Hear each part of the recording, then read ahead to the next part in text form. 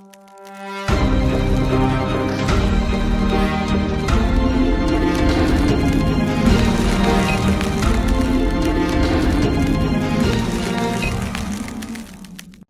நீங்க சொன்னீங்க இதுக்கு முன்னாடி பேசும்போது, இந்த மாரி 8ஆம் கிளாஸ் கவர்மெண்ட் ஸ்கூல்ல படிச்சா அவங்களுக்கு வந்து ஒரு சில சலுகைகள் கிடைக்கும்னு. ம். அப்ப கவர்மெண்ட் பிரைவேட் ஸ்கூல்ல டார்கெட் பண்ணி டாமினேட் பண்ண நினைக்குதுங்களா?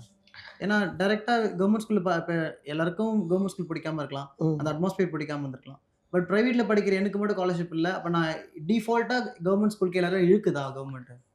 பிரைவேட் ஸ்கூல்ல இருக்கிற பசங்கள ம். டிஃபால்ட்டா கவர்மெண்ட் அவங்களுடைய பார்வைக்கு இழுக்குதுன்னு நம்ம நினைக்கலாமா? எப்படி? பிரைவேட் ஸ்கூலுடைய அவங்களுடைய தாக்கத்த அதாவது அவங்களுடைய பிரைவேட் ஸ்கூல ரன் பண்றத வளர்ச்சிய கம்மி பண்ணுன்னு சொல்லலாமா? அதான் அப்படி சொல்ல முடியாதுங்க. அதாவது பிரைவேட் ஸ்கூலுங்கிறது வந்து, அதான் அரசாங்கத்துடைய நோக்கம் வந்து எல்லாருக்கும் கல்வி கொடுக்கணும். அதான் அரசியல் சட்டம் சொல்லுது.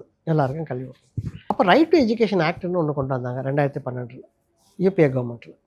அது என்ன சொல்லுதுன்னா, தனியார் நிறுவனங்கள்லேயும் இந்த மாதிரி சாதாரண எளிய குடும்பத்து பிள்ளைகளை 25% நீங்கள் அட்மிஷன் கொடுக்கணும்னு சொல்லுது. கரெக்டுங்களா? அப்போ அரசாங்கம் வந்து நானும் பள்ளிக்கூடம் நடத்துகிறேன், ஆனால் இதுவே போதுமானதாக இல்லை. தனியார் பள்ளிக்கூடம் தான் நடக்குது. ஆனால் தனியார் பள்ளிக்கூடத்தில் வந்து நீ வந்து முழுக்க முழுக்க அது வந்து ஒரு ஆதிக்க குரூப்போ அல்லது உயர் ஜாதிக்காரவங்க மட்டும்தான் படிக்கிற மாதிரி பள்ளிக்கூடத்தை பண்ணக்கூடாது. அதில் வந்து இவங்களுக்கும் உள்ள வாய்ப்பு கொடுக்கணுங்கிறதுனால ஒரு சட்டமாக கொண்டு வராங்க.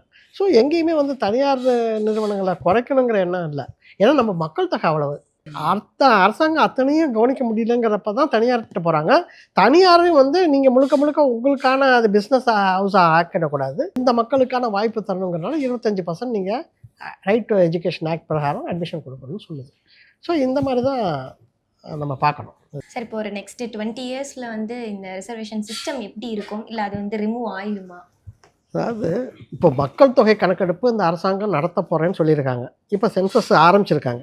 இப்போ வீடு வீடாக போய் ஹவுஸ் ஹோல்டு டேட்டா கலெக்ட் பண்ணிகிட்ருக்காங்க. அடுத்த ஆண்டு ஏப்ரலில் கேஸ்ட் சென்சஸும் எடுக்க போகிறேன்னு சொல்லியிருக்காங்க. அந்த மாதிரி எடுத்தால் தான் இதோட பொசிஷன் நமக்கு தெரியும். ஏன்னா 1931 டேட்டா தான் நம்ம கையில் இருக்குது. நடுப்புற 2011 ஒரு டேட்டா எடுத்தாங்க, அதை வந்து வெளியிடவே இல்லை. 2015 அந்த ரிப்போர்ட் வந்தது, வெளியிடலை. அதுக்கு வந்து அந்த சென்சஸ் டிபார்ட்மெண்ட்டு பல காரணங்கள் சொன்னாங்க. நம்ம ஏற்கலை அந்த காரணத்தெல்லாம். ஆனால் வெளியிடலை, அரசாங்கம் வெளியிடலை. அதனால் புதுசாக எடுக்கிறாங்க. இந்த டேட்டா வந்ததுக்கப்புறம் தான் ஒவ்வொரு கேஸ்ட்டும் எவ்வளோ பர்சன்டேஜ் இருக்கிறாங்க, இந்த கேஸ்டெல்லாம் எந்த அளவிற்கு அவங்க வாய்ப்பு பெற்றிருக்கிறாங்க, கல்வியில் எவ்வளோ தூரம் இருக்கிறாங்க, அல்லது பொருளாதார ரீதி அப்படி இருக்கிறாங்க, வேலை வாய்ப்பில் எப்படி இருக்கிறாங்க, பிஸ்னஸ் ஹவுஸில் எத்தனை பேர் இருக்காங்க, அப்படிங்கிற ஒரு பல காரணிகள் நமக்கு கிடைக்கும். அதை அடிப்படையில் தான் நம்ம இந்த இடஒதுக்கீட்டை நம்ம பார்க்க முடியும். அப்போ இப்போ இருக்கக்கூடிய தமிழ்நாட்டில் 69% இருக்குது. ஒன்றிய அரசில் வந்து இன்றைக்கி 50+10 இடபிள்யூஎஸ் கொடுத்துருக்காங்க. ஸோ 60% இருக்குது. இது எந்த அளவிற்கு இதில் மாற்றம் தேவை அப்படிங்கிற ஒரு அனாலிசிஸ் எப்போ வரும்னா, இந்த டேட்டா கிடைச்சா தானே வரும். நம்ம எல்லாமே டேட்டா பேஸ் பண்ணி தான் நம்ம ஒரு முடிவு எடுக்க முடியும். 19 இருக்குன்னு சொல்லி யூகத்தின் அடிப்படையில் பண்ண முடியாது. ஆகவே தான் காஸ்ட் சென்சஸ் வேணும்னு சொல்லி நாங்கள் வலியுறுத்துகிறோம், தொடர்ந்து வலியுறுத்திக்கிட்டே வரோம். ஸோ அது அந்த டேட்டா வந்ததுக்கு பிறகு இதை பற்றிய ஒரு பார்வை கிடைக்கும். அகைன் எக்ஸஸ்மத்தில் ஒரு கேள்வி என்ன இருக்குன்னா, இப்போது கவர்மெண்ட் எக்ஸாம் வருது, அதில் இடஒதுக்கீடு பேஸ் பண்ணி ஒரு கேட்டகரியெல்லாம் கொடுக்குறாங்க. அதில் ஏஜ் கேட்டகரி கொடுக்குறாங்க. எல்லாரும் ஒரே டைமில் தான் ஸ்கூல் படிக்கிறாங்க, ஒரே டைமில் தான் காலேஜ் படிக்கிறாங்க. ஆனால் இந்த தேர்வுக்கு மட்டும் இவர்களுக்கு மட்டும் இந்த வயது வரைக்கும் தேர்வு எழுதலாம் அப்படின்னு ஒரு எக்ஸ்டென்ஷன் கொடுக்குறாங்கல்ல, அது எதன் அடிப்படையில் கொடுக்குறாங்க?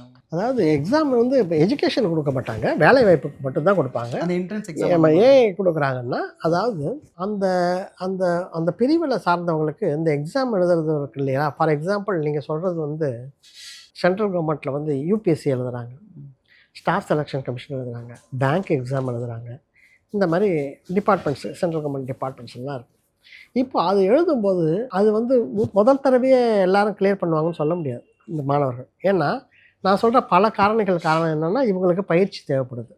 அந்த எக்ஸாம் அதுக்கு உண்டான எண்ணிக்கை கம்மி, போட்டி அதிகம். அப்போ இந்த மாணவர்கள் வந்து முதல் தடவை பண்ண முடியாது, 2 தடவை பண்ண முடியாது, 3 தடவை பண்ண முடியாது.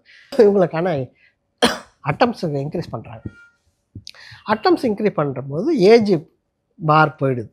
ஸோ இந்த மாணவர்கள் வந்து அப்படியாவது வரட்டுமேன்னு சொல்லி ஒரு ரிலாக்ஸேஷன் கொடுத்து இந்த தேர்வு எழுதட்டும் அப்படிங்கிறதுக்கான ஒரு புஷ் தான் இதெல்லாம். ஒரு என்ன சொல்கிறது, இந்த இடஒதுக்கீட்டு முறையில் ஒரு பிரான்ச் அது. எப்படியாவது அவங்க வந்து இந்த மாணவர்கள் ஏன்னா நிறைய அட்டம் பண்ணவருக்கு ஒரு நிச்சயமான ஒரு அவேர்னஸ் இருக்கும். இந்த எக்ஸாம் வந்து ஏன்னா ஃபஸ்ட் அட்டம் கிளியர் பண்ணுறது கஷ்டமாக இருக்குது, செகண்ட் அட்டம் பண்ணும்போது கஷ்டமாக இருக்குங்கிறப்ப இன்னும் கொஞ்சம் புஷ் பண்ணி கொடுக்கறதுக்காக இந்த ரிலாக்ஸேஷன் கொண்டு வராங்க. இது சுப்ரீம் கோர்ட் சொல்லி தான் கொடுத்துருக்காங்க.